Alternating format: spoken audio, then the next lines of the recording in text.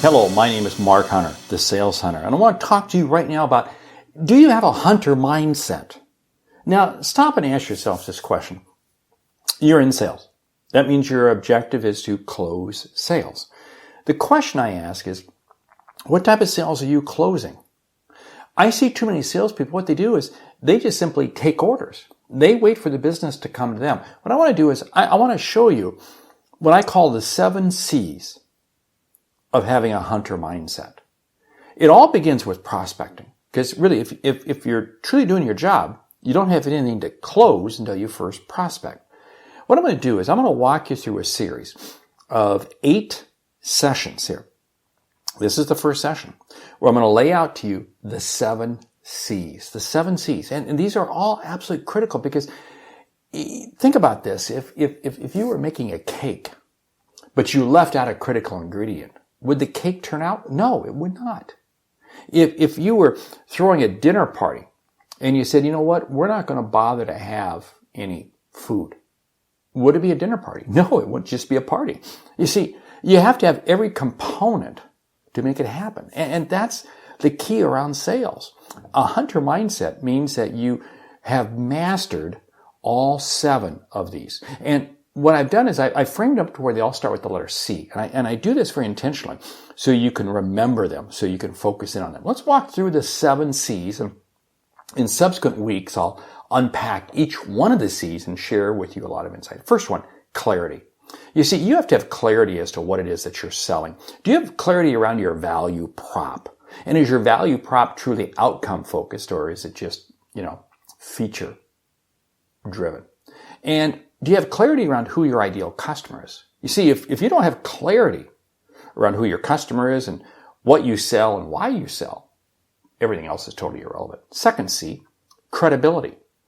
You've got to have credibility, and that means your reputation arrives before you do. Your company arrives. You see, this is why companies spend so much money on marketing. This is why you as an individual may spend time on social media, because again, it's creating that level of credibility where people know you, know who you are. Now, I'm not saying to become obsessed with social media, no. But what I am saying is that credibility comes out through the relationships that you have. In other words, we really are known by the people who we associate with. Credibility is, what are other people saying about you, etc., etc. Third C, confidence. Now, confidence cuts 2 ways.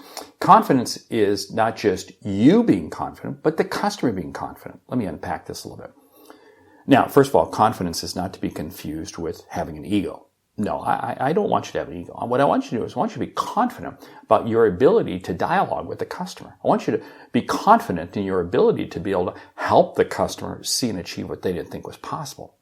And oh, by the way, when you demonstrate a level of confidence with the customer in terms of understanding what questions to ask, etc., etc., it's amazing how they in turn will have confidence in you. Now, ask yourself this question. Does any customer ever want to do business with a salesperson that's not confident? No, they don't. No. See, confidence is absolutely key. Confidence is really the separating factor, the distinguishing factor in a lot more sales than we realize, because ultimately what happens is the customer has confidence in the solution.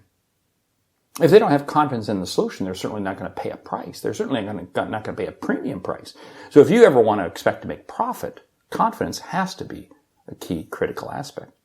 Communication.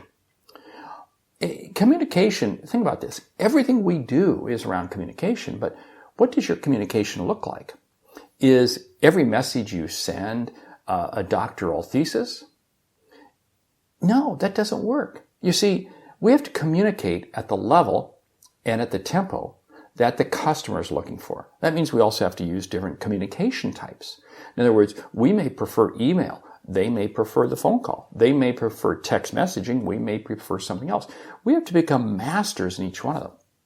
Now, when you do those, when you do that 1, 2, 3, 4, 5 that are already laid there, now you get to number 6, which is connection. Now you're able to really finally create the connections that you need. And sales requires connections, because without connections, who are you selling to? Nobody.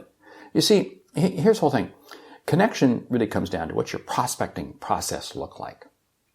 What does your referral process look like? What does your process look like in terms of staying in touch with customers, staying in touch with people who can refer you? What is your connection process look like in terms of keeping subject matter experts and other people in your company at your disposal so you can help use them with customers? And the last one is convert. Well, we'll say conversion. Now, you notice I didn't say close because I hate the word close. I hate the word close because close is, it's ending. It's terminating. I believe the only good sale is one that leads to the next sale. That's why I love to say convert.